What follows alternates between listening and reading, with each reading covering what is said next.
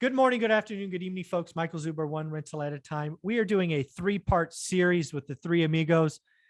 Episode 1, which is already out, was what do we know? What's a fact about the 2022 housing market? The episode 2, which we are about to do, or what are the questions, variables, things that we are thinking about that we'd love to know more about. And just so you know, episode 3 will be the risks. Before we get started with episode number 2, Dion, how you doing?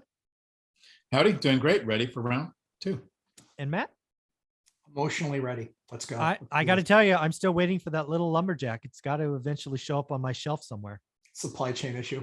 I think I got it like right between my Warriors championship trophy right there. That's where I think I'm going to put it. Awesome. How tall is that thing actually? So like 16 inches? Yeah, it's like 12 to probably 14 inches, I would guess. Okay. All right. So Just making sure. Right there. So guys, the question. So let me give you a sample of what I mean by questions. When I think about the year, I think about what I think about the other channels, right? There's a lot of stuff going on with rates shooting up, as we talked about in episode 1. My big question is, where's all this supply going to come from? Let me give you some numbers. I had a vacation recently. I went back and looked at some of my old videos. I found a video from 2018, my market.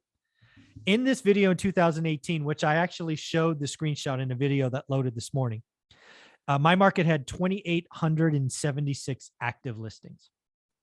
As of yesterday, active listings in my market were 471. In 2018, 2,876 listings were 3.3 months. Normal market in Fresno is 4 months. So we were working towards a balanced market. Today, with 400 and whatever it was, 71 listings, 17, whatever it was, we're at 0.7 months. So my question is, where is 700% more supply coming from? Could there be some more foreclosures? Sure. Could there be some people that back out? Sure. But 700% more homes? I just don't know where it's coming from. That's my big question for the year. You just don't believe in the house fairy. Yeah, the pixie dust in the house fairy. I mean, because again, right, there are so many people, and again, I only know Fresno. So folks, go look at your own buy box. There are some people in Fresno that bought right. They bought in the last 2 years. They were not listening to these stupid crash videos. They are sitting on $100,000 or more. Mm-hmm. And they have an interest rate at 2.8%. They're not moving. Where's the freaking supply? Supply doubles. Great. We go to a month supply. Right. Supply triples. Okay, great. We're at a month and a half. I mean, again, supply could eventually build to maybe we get back to 2,800, but that's not going to happen in 8 months, at least 7 months, at least not in my experience. So that's my first question. We'll go to Matt next. I have no idea where supply is coming from. There's going to be a little bit from a lot of different places. Yeah, a little bit from a lot of places. Yeah, it's a little bit from a lot of places, which is nice. Yeah. But if you're making $1 from 8 revenue streams, it's still only $8. Exactly. That's all it is at the end of the day. And so I think that supply continues to be the story of the day. Yeah. We have a 16 or 17 day supply. Oh my God. The stuff that hits the market is gone as fast as it comes on. And the thing that concerns me now is that every deal that closes is another deal breaking another record. Oh, really? And wow. That's the thing that I don't like to see, because that's when, for me, I know that bubbles exist. They absolutely exist, right?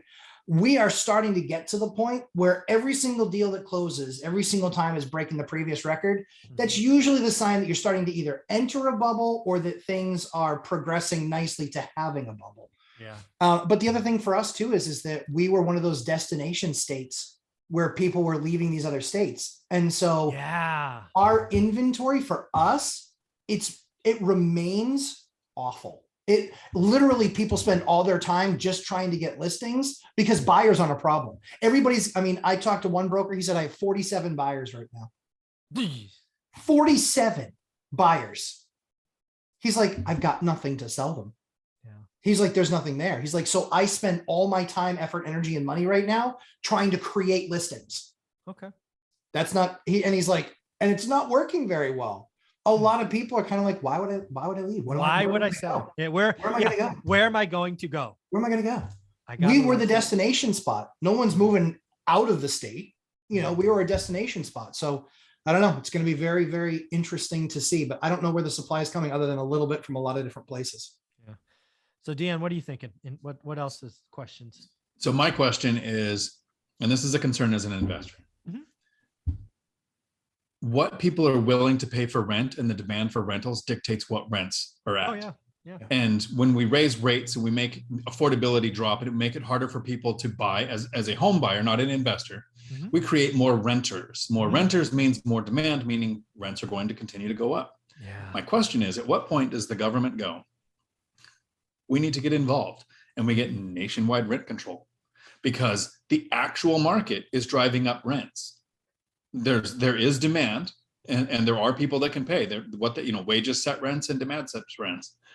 So there is justifiably reasons for rents to go up. They're still going up in my area. Wow. I wouldn't ever buy basing on thinking in 6 months or a year rents are going to continue to go up. But right now, I have a tenant moving out that's at 1,800. I have over 10 people in line willing to pay 22. And that's because I could probably get way more than that. Probably. Yeah. I would say, supply and demand says you could get more than that. Yeah. I actually had a tenant that decided to get just super mouthy on text. He's like, I'm out of here. Sounds awesome. End of the month, I expect you'll be out. All right, that's fine. That's what we're doing. Breaking his lease. I'm like, sounds good. You'll be out. No problem. I got the magical text yesterday. So I understand I did definitely shoot my mouth off. I actually have not been able to find a place that I qualify for. Oh, no. I still hope you're out because that's what we agreed to. And he's like, seriously? I was like, words have consequences.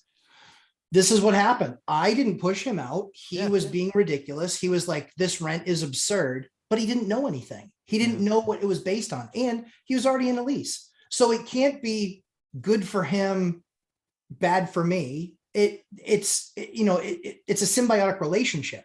So from his perspective, I said, listen, I appreciate it. Thanks for apologizing. I was going to renovate your unit anyway, so I will just let you stay, but let this serve as a memory to you. I was taking care of you. You're like 25 to 30% less than market rent as the unit sits today. Yeah. So I will allow, and just so you know, you're on notice. When your lease is over, you're over. We're done here.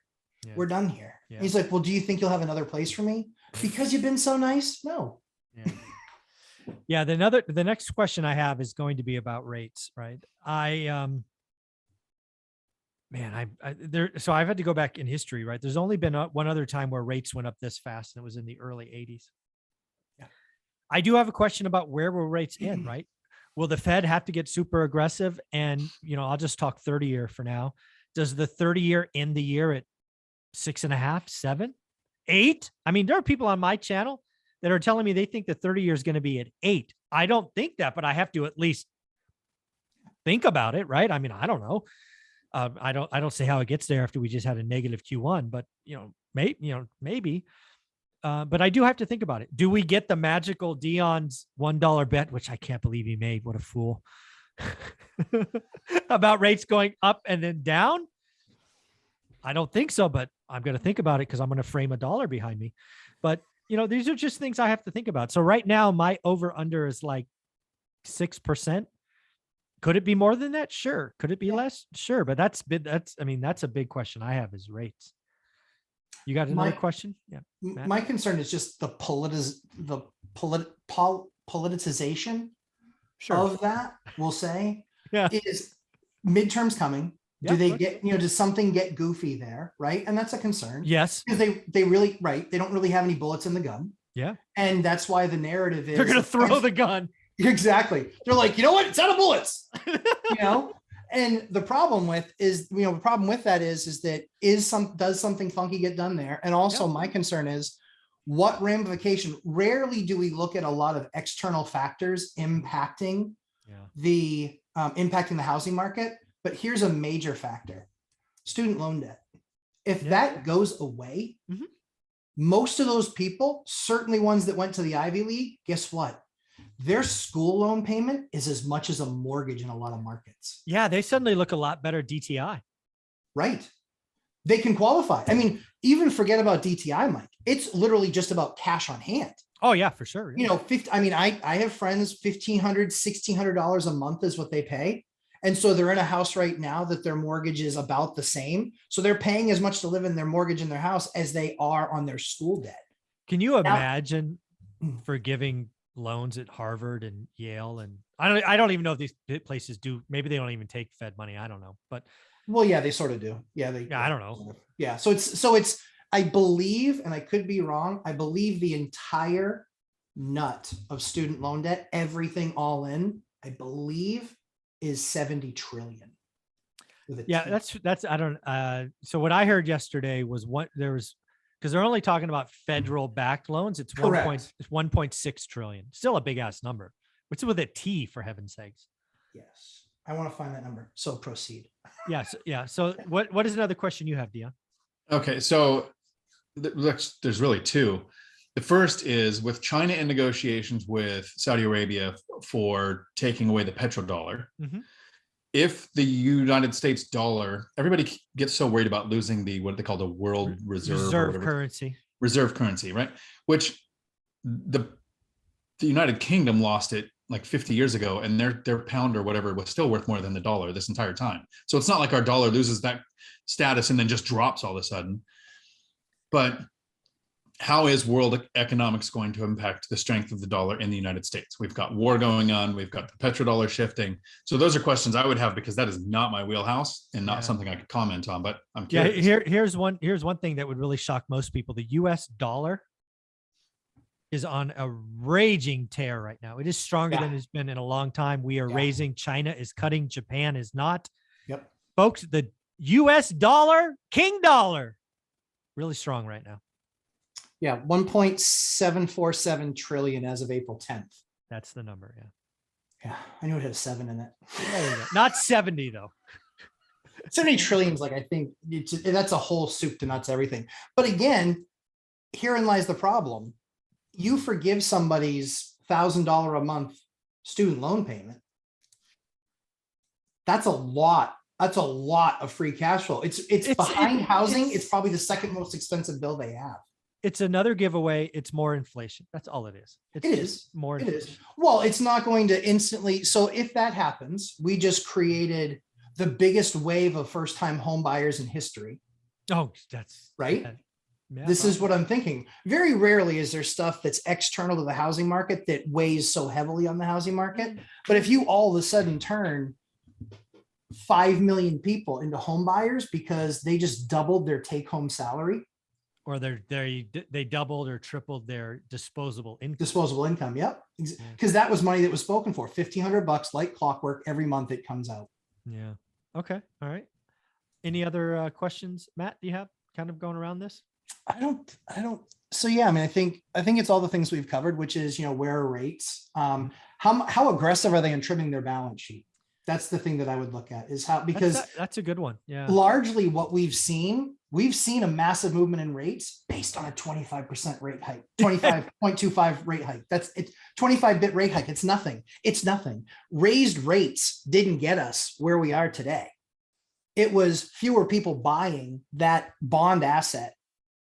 That right? I mean, this is, so I'm more concerned with what they do with the balance sheet than they are what they do with the rates. Yeah. Do you have a last question kind of thinking about all of this, Dion? Well, that was actually the reason for the dollar bet, Matt, it wasn't low rates that caused the problem. So I think maybe I just missed the timeline on it. You guys have stretched it out a bit further. As I said at the very beginning, you're right, but you're wrong because you put a date on it this year. But we've got the midterms coming, and I still see it jumping up. If we do a 50 basis points jump next month, I think they're going to realize prices are still going up. Affordability is dropping. We'll be starting in the middle of that second quarter for, the recession is almost provable now with that 2-quarter data. Mm-hmm. I still stand behind my dollar. I know it's at risk. It's a dollar. Okay. I think Dion's position has markedly improved to now it being a coin flip based on how quickly things have changed. Oh yeah. Before I think it was a 90-10. Now I think it's more of like a 60-40 in our favor. That's funny. But I think it was 100-0 when we made the bet. I think it's 99-1. I think it's 99. I don't think it's changed. guys, this just Q1 momentum. this Q1 GDP thing is an aberration because of how the number was built. But that's okay. Yeah. I mean, and again, I think the economy is weak. But anyways, I don't want to digress on this. The last question I have is, and this could help Dion to tie this together. If the stock market, Dow, S&P, NASDAQ, if those indices see a 30% haircut from here in 3 months, 4 months, will that be A, enough to pause the Fed? And B, will that be enough to cause the Fed to talk about rate cuts? I think the answer is clearly no. I think Powell addressed that, but he has been known to change his opinions before. So lots and lots of questions going on. Number 3 is going to be perhaps the most exciting. What are the risks we all see? But before we do, Dion, where can people find you? Right here on YouTube, Dion Talk Financial Freedom. Do my live streams every Tuesday at 4 p.m. Pacific. And Matt, where can people find you? Lumberjack Landlord on Instagram, Lumberjack Landlord on YouTube, and 11:30 a.m. Eastern time for up to 3 hours of a live stream. Thanks, guys. Ciao.